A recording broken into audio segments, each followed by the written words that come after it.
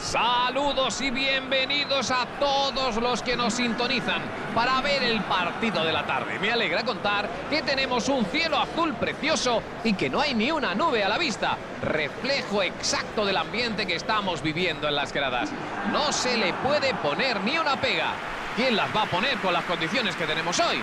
Todos estamos disfrutando lo que podría convertirse en una tarde maravillosa. A ver si todo ello se refleja en el devenir del encuentro.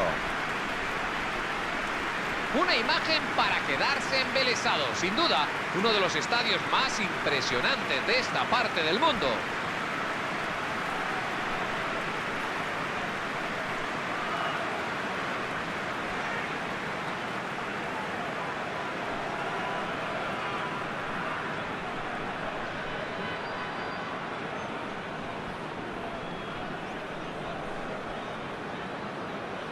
Esta es la alineación de hoy. Esta mi pregunta, Maldini, ¿cómo la ves? El 4-4-2 moderno es mucho más dinámico y flexible que el de hace unos años.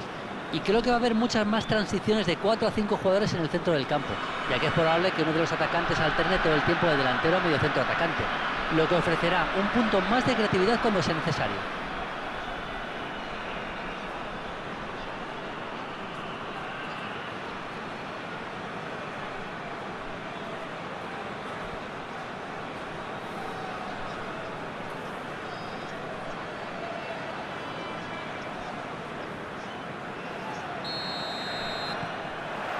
Se pone en juego el balón. Intenta la genialidad. La puso bien.